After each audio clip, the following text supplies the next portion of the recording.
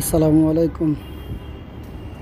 দেখেন এই যে আমাদের ছাদ কৃষি এর আগে এখানে ছিল, ভাঙ্গিয়ে আমরা খেয়েছি, আপনাদের দেখাতে পারিনি। এই বীজগুলো আবার এখানে রেখে দিয়েছি, দেখাচ্ছে বিষয়গুলো। আমাদের কাছে অনেক ফুল এসেছে, দেখছেন অনেক ফুল হচ্ছে, দেখছেন এই দেখেন মৌমাছি মধু নিচ্ছে ফুল থেকে, এই উঠতেছে মৌমাছিটা, সবাই দেখেন। এই আমাদের নতুন করে আবার গাছে ফল এসেছে, এই দেখতে পাচ্ছেন সব, আশা করি এরকম কয়েকটা ফল এসেছে। এখানে অনেক পোকা হয়, কারণ আমরা তো কীটনাশক ব্যবহার করি না, সেই জন্য পোকা দূরাতে পারি না।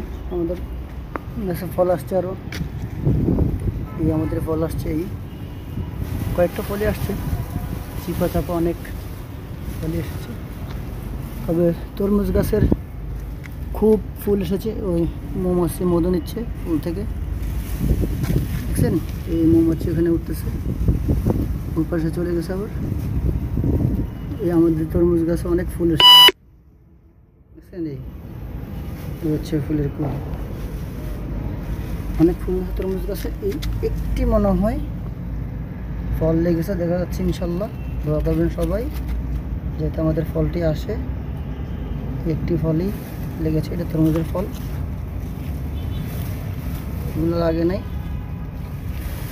ফুল এসেছে অনেক, কিন্তু ফল হয়নি। ফল দু একটা আসতেছে, একটা হচ্ছে।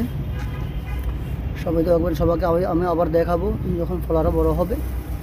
আমার ভিডিও সবাই দেখবেন এবং শেয়ার করবেন। ছাদ কৃষি করার জন্য নিজেরও চেষ্টা করবেন। নিজের ছাদে নিজে ফসল করে খাইতে পারলে সেটা হবে সবচেয়ে ভালো পুষ্টিগুণ, কারণ কেমিক্যাল ছাড়া নিজেরা পচা মাটি থেকে সার মাটি হিসেব করে রোপণ করবেন। দেখেন আমাদের এখানে বাদাম গাছও আছে, এই বাদাম গাছ। আবার আমরা পেঁপের বীজ রোপণ করছি, এখানে পেঁপের চারা উঠে গেছে, দেখছেন এগুলো তো থাই পাতা। তো এরকম অনেক, ওখানে আছে থাই পাতা, আবার সেখানে আলু। পেঁপে গাছ এটা অনেক বড় হয়ে গেছিলো, সেই জন্য কেটে ফেলছিলাম। আবার ওখান থেকে ফুলকি বের হয়ে আবার গাছটি বড় হয়েছে, আবারও পেঁপে ধরবে আশা করি। সকল দোয়া করবেন। আসসালামু আলাইকুম।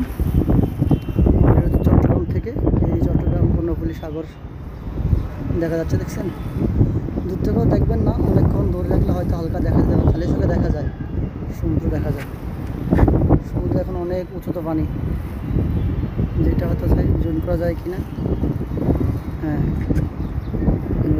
ওই দেখা যাচ্ছে জাহাজ, দেখছেন ওই জাহাজ দেখা যাচ্ছে।